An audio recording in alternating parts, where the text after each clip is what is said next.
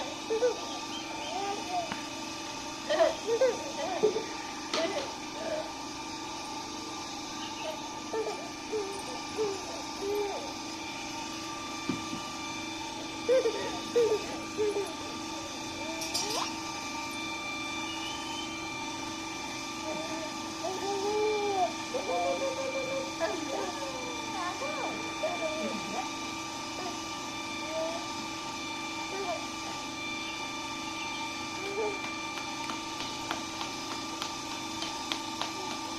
không bỏ